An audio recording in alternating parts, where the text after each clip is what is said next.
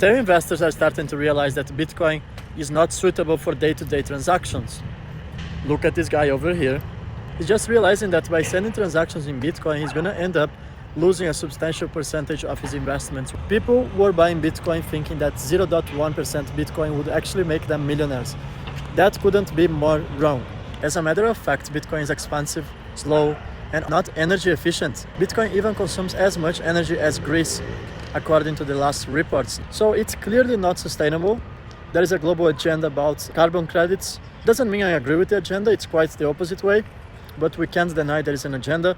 And when you start to realize that Bitcoin was created by a 3-letter government agency, then you understand that Bitcoin has no place on the new financial system. They wouldn't allow an archaic technology to be at the core of the new financial system.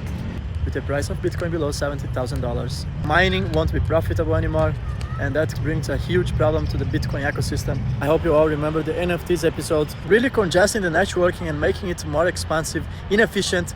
There are some mainstream figures out there, and I'm coming to the conclusion that these people are paid for the XRP, keep telling you that Bitcoin is the solution, Bitcoin as a world reserve currency. That couldn't be further from the truth. There's a 0% chance that Bitcoin is going to become a world reserve currency. It's impossible to make any day-to-day transactions on Bitcoin networking. Some people here are paying like $90 fees to send just $1. There's no way that's going to be widely adopted. There is this entire agenda behind Bitcoin, but whenever you feel there is an agenda, you can really see that Bitcoin nowadays is a distraction. The boat has already left. The time to make life-changing gains with Bitcoin was 10 years ago, 5 years ago. Back there, mainstream was telling you that Bitcoin was a scam. That was the right time to invest in Bitcoin. So just see that you have to actually do the opposite of what mainstream agenda or mainstream figures. And you can see clearly that some people are being placed in specific positions, and these people are actually following an agenda, and that's an agenda pro-Bitcoin. They can really be placed in such positions as a distraction.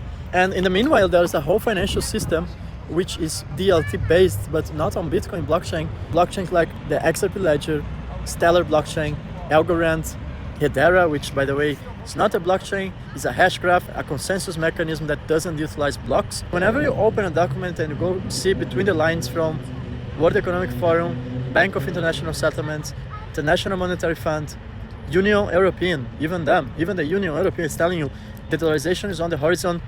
They just released a new report, the dollarization is coming, and the whole infrastructure is built upon blockchains like the XRP Ledger, which has been highlighted in every single document from the International Monetary Fund. And my question is why they never mention Bitcoin. They making presentations for the bankers, not for us. And in these presentations, they telling them, pay attention, they're not telling the masses, they telling the bankers that Bitcoin doesn't stand a chance on the new financial system because of its high energy costs. And of course, that goes 100% contrary to the whole carbon credit agenda, which I don't agree with that, but it's really coming. Of course, we're gonna find ways to circumvent that. However, you can't just ignore that none of these documents is mentioning Bitcoin as a solution. They're all pointing out to the XRP Ledger as a solution, most likely on the private version of the XRP Ledger, which also has the capability to settle transactions utilizing XRP. So the whole point I'm trying to make is that you do not hear mainstream narratives pointing out towards XRP or actually raising questions about Bitcoin or actually raising questions about Tether, which again is a house of cards built upon lies and deception. So thank you everyone, and I hope you're paying attention not for the mainstream agenda or what the influencers are telling, but the documents.